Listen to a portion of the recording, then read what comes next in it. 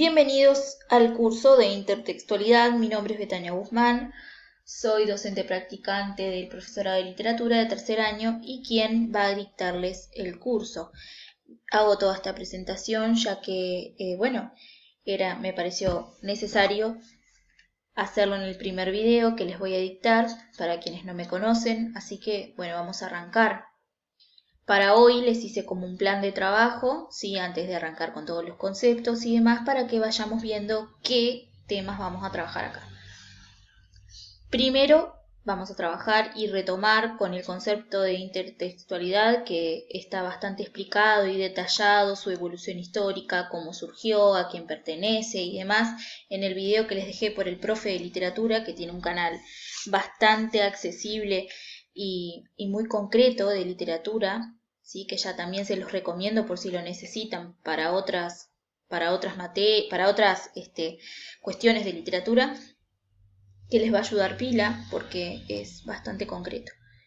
Vamos a trabajar hoy también con tipos de intertextualidad, con los tipos que existen y sobre todo con los ejemplos, porque es un curso bastante práctico en el que ustedes van a ir aprendiendo y tomando de los conceptos si los practican, ¿sí? Y específicamente con los tipos de intertextualidad que vamos a trabajar. Luego de finalizar el video les voy a dejar una tarea para realizar para que vayan asimilando los conceptos dados y no quede como en el aire. La actividad consiste en escuchar la canción Para mi muerte de Sui Generis, que es una banda argentina de los años 60, por ahí, y vincularlo con las coplas, un fragmento en realidad de las coplas de Manrique por la muerte de su padre, ¿sí? Y ahí van a tener que aplicar lo que voy a explicar en las siguientes diapositivas de este video. Como recordatorio, esto siempre tiene que estar. Si alguien no entiende algo de lo que se está tratando, no olviden de escribirme, no olviden, ya que yo voy a estar siempre para guiar su proceso de aprendizaje en este curso y es mi función que quede claro todo lo que se está dando acá y que sea útil para sus futuros análisis literarios. Bien, vamos a lo que corresponde entonces, que es la definición de intertextualidad. Como intertextualidad se entiende a la relación o relaciones explícitas o implícitas que contiene una obra literaria con otras obras literarias u otros textos culturales, tales como pintura, música, cine, fotografía, poesía y otros. Estos textos pueden ser contemporáneos, de un mismo autor, en un mismo libro, por ejemplo, que se repita una temática a lo largo de todo un libro, como suele suceder, por ejemplo, en algunos poemarios de algunos autores, y en este momento recuerdo a Federico García Lorca con el Romancero Gitano, ¿sí? Que a través de romancero es un conjunto de romances, ¿tá? Y gitano refiere a que dentro de ese romance y dentro de todo ese libro se representa toda la cultura gitana y elementos de esa misma cultura a lo largo del libro. Entonces ahí existe una intertextualidad entre los textos que aparecen en una obra, ¿tá? También de un mismo autor en una misma época. También Federico García Lorca realiza una intertextualidad con los autores que pertenecen a la generación que él perteneció, generación artística, poética, ¿sí? Que es la generación del 27. Se llama generación porque ellos comparten una misma temática. Por ejemplo, a su vez, puede existir un vínculo entre alguna de las poesías, de las obras literarias de Lorca, con otros textos u otras obras artísticas anteriores a él o posteriores a él. ¿Sí? Si, por ejemplo, volvemos al principio en cuanto al romancero gitano, los romances son anteriores a Lorca y Lorca los retoma y los resignifica. Y ahí también hay una intertextualidad. No quería ser tan completa y no quiero generar mucho contenido. Pero, en resumen, la intertextualidad es como una conexión que existe entre diversos textos y entre la literatura en general y a su vez con otras artes.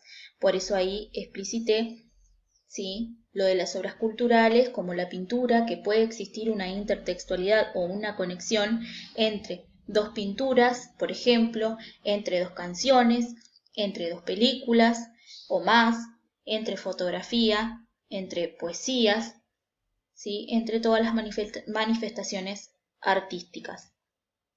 Dije dos como para citar ejemplo porque es necesario que existan como mínimo dos textos o dos elementos artísticos para que se dé una intertextualidad.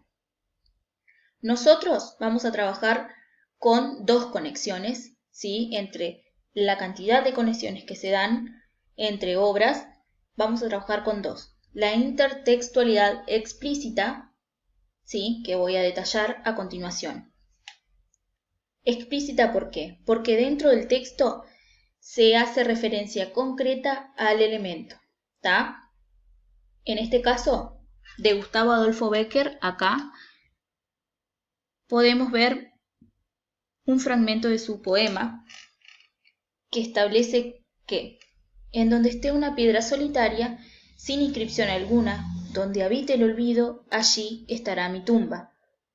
Más adelante, Luis Cernuda, perteneciente a la generación del 27, retoma el mismo verso que Bécquer había creado, lo toma literal y establece que, donde habite el olvido, en los vastos jardines sin aurora, donde yo solo sea memoria de una piedra sepultada entre ortigas, sobre la cual el viento escapa a sus insomnios. Se repite no solamente la frase, sino que también la temática en general. Mientras Bécquer lo dice bastante completo, Cernuda hace como una cita bastante simbólica a la temática planteada en este poema. Por otro lado, si vamos un poco más a la actualidad, esta es la letra de una canción de Diego Torres que se llama Penélope. ¿Sí? Penélope, uno tras otro los ve pasar, mira sus caras, les oye hablar, para ella son muñecos. Dice en el pueblo que el caminante volvió, la encontró, en su banco de pino verde, la llamó. Penélope, mi amante fiel, mi paz, deja ya de tejer tus sueños en tu mente. Mírame, soy tu amor, regresé. Le sonrió, con los ojos llenitos de ayer. No era así su cara ni su piel. Tú no eres quien yo espero. Y se quedó con su bolso de piel marrón y sus zapatitos de tacón, sentada en la estación. Los invito a escuchar esta canción entera, ¿sí? De Diego Torres, se llama Penélope, y hace referencia al personaje de la Odisea, Penélope, que justamente durante un gran periodo de su vida, sobre todo su juventud, ella espera por su amado que vuelva, ¿sí? De un viaje que realizó, que se detalla en la Odisea también, y a lo largo de la Ilíada también, que es una intertextualidad con la obra de Homero, que se llama La Odisea. Y acá les dejé una pintura también de la recreación de Penélope que aparece en una de las obras, en una de las ediciones de La Odisea. Acá se hace referencia concretamente explícita porque toma el nombre del personaje y lo retoma en una canción detallando como tema la espera y cómo se le escapa la vida esperando que vuelva su amor. Si vamos más a la actualidad, sí, y quizás en esto ustedes también lo vean más concretamente, en Shrek existe una intertextualidad. ¿Por qué? Porque se retoman los cuentos clásicos, como por ejemplo Caperucita Roja y los personajes, donde vemos al lobo, los tres chanchitos, Pinocho, el gato con botas, cuentos clásicos que se resignifican y que cumplen una función nueva dentro de una nueva historia. ¿Tá? Se retoma la trama, se retoma fragmentos, personajes, por ejemplo los villanos, y vuelven a resignificarse con una nueva función dentro de la película de Shrek. Por ejemplo, en esta obra de Los Simpson, ya que hablábamos de la intertextualidad entre obras pictóricas, tenemos por un lado El Grito, una obra de Van Gogh, y El Grito de Homero, también representado, donde se repiten colores, donde se repiten texturas, donde se repite la expresión del grito, en Homero Simpson. Después vamos a trabajar también con la intertextualidad implícita. ¿Esto qué quiere decir? Que de alguna forma simbólica una obra literaria se refiere a otra, pero no nos dice concretamente como lo veíamos, por ejemplo, en Penélope o en el poema de Becker, sino que de alguna forma podemos deducir o nos trasladamos a otra obra por la temática o por alguna referencia a. Para esto, ¿qué hay que hacer? Bueno, tener una lectura más detenida o quizás indagar un poco más. Por un lado, vuelvo a retomar, ¿sí?, la canción de Diego Torres, Penélope, que ya hicimos referencia a la obra, a la Odisea, ¿sí?, y lo resignificamos con algunos fragmentos de las canciones de La Oreja de Van Gogh, donde siempre aparece como temática la espera, ¿sí? Acá es implícito la relación, porque en Penélope de Diego Torres aparece, bueno, la espera, ¿sí? Pobre infeliz, se paró tu reloj infantil una tarde plomiza de abril cuando se fue tu amante. Y acá lo podemos comparar con esta frase de una canción muy conocida de La Oreja de Van Gogh que se llama Rosas y que dice: aún me parece mentira que se escape mi vida imaginando que vuelves a pasarte por aquí. ¿Sí?